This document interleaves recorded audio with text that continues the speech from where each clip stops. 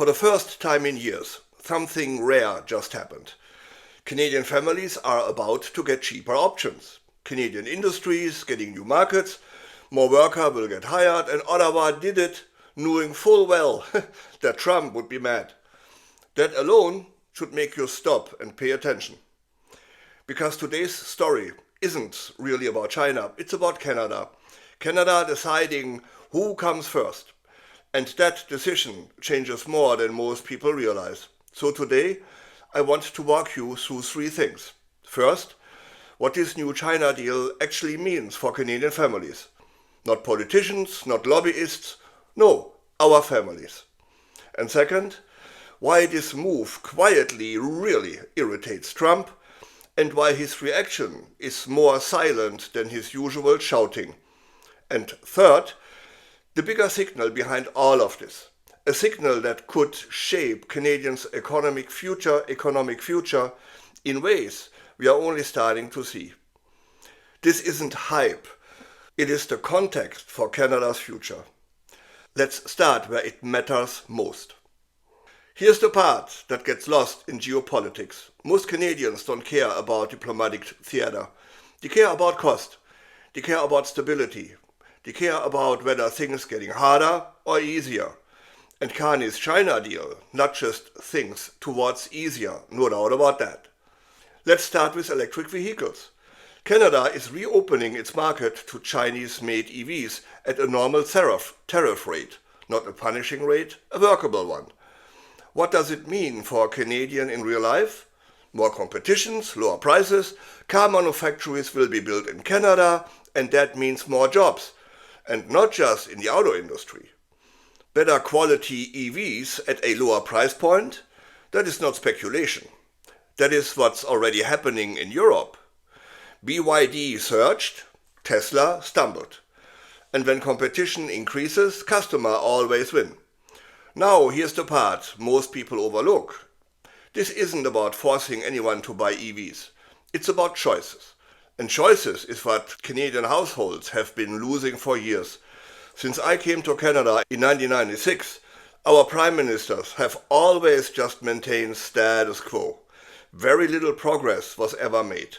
Now that has changed when we elected Mark Carney. But cars are only one piece of this. Let's talk about farmers. Canola meal tariffs gone permanently. Canola seed tariffs slashed dramatically. That's not press release win, that is prairie math. It allows farmers to plan their season instead of guessing which market will disappear next. Seafood exporters get relief, pea growers get market access. Those are not abstract gains. These show up in paychecks, equipment purchases, and local economies. So everyone wins. And then there is energy. Canada is an energy country, whether politicians like to say it or not. Pipelines moving oil west, LNG projects coming online. China is a buyer, a serious one, and we have already a buyer-seller relationship with them. That means steady demand instead of volatility, jobs instead of layoffs, planning instead of panic. This deal doesn't make Canada rich overnight, but it lowers the floor substantially. And in uncertain times, that matters more than upside fantasies. So if Canadian households and workers gain from this, why would the orange con man be so mad? Well, here's the subtle part of the story. For years, Canada aligned closely with Washington on China. Sometimes by choice, sometimes by pressure. Us putting 100% tariffs on Chinese electric cars were the perfect example of that. It wasn't Trudeau's idea. Consumers didn't benefit from it. Washington demanded it. And the signal mattered. This new deal now quietly reverses that signal. Canada lowers tariffs. Canada expanded trades. Canada signals energy agreements. And Canada did it without asking Trump's permission. That's what changes the dynamic. Not because Canada is choosing China. That framing is just lazy.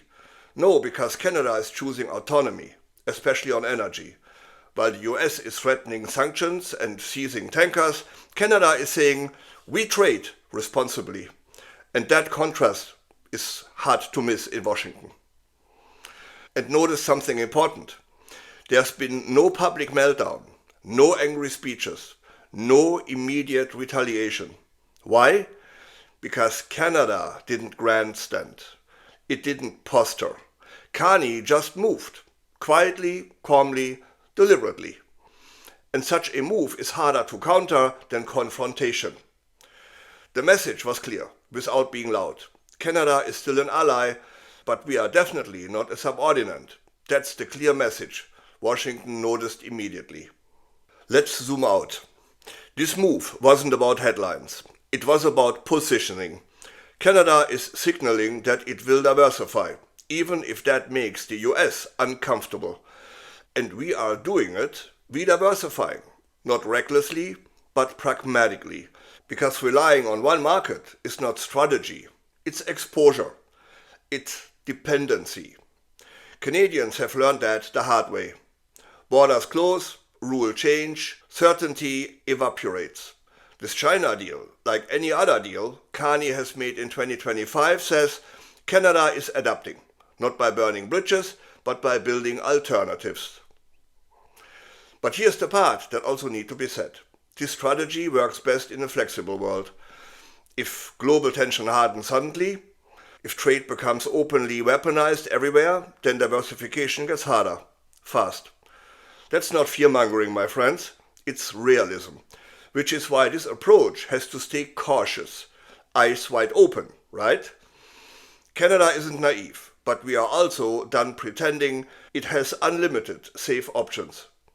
So, this isn't a story about defiance. It's a story about competence. Canadian families gain relief. Workers have jobs again. And Ottawa shows it can act without theatric. Washington may not love it, but Canada did it anyways. And that, my friends, is a darn good thing. So here my question to you. Do you think Canada is finally learning how to balance alliances with independence? Or does this path carry risks we haven't fully priced in yet? Drop your thoughts in the comments below. I and many of our viewers would like to know what you think.